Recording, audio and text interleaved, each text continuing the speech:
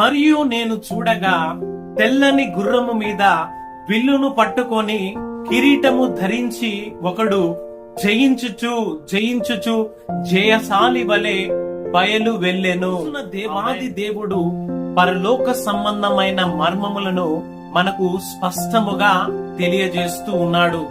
గొర్రెపిల్ల యొక్క మొదటి ముద్ర విప్పినప్పుడు ఒకడు తెల్లని గుర్రము మీద మరి కిరీటమును ధరించి విల్లును కలిగి జయించుచు జయశాలి వలె బయలు వెళ్ళెను అని తెలియజేస్తూ ఉన్నాడు.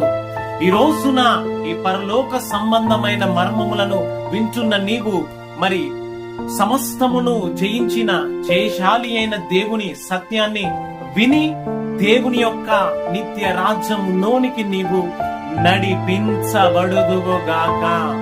ఆమేన్.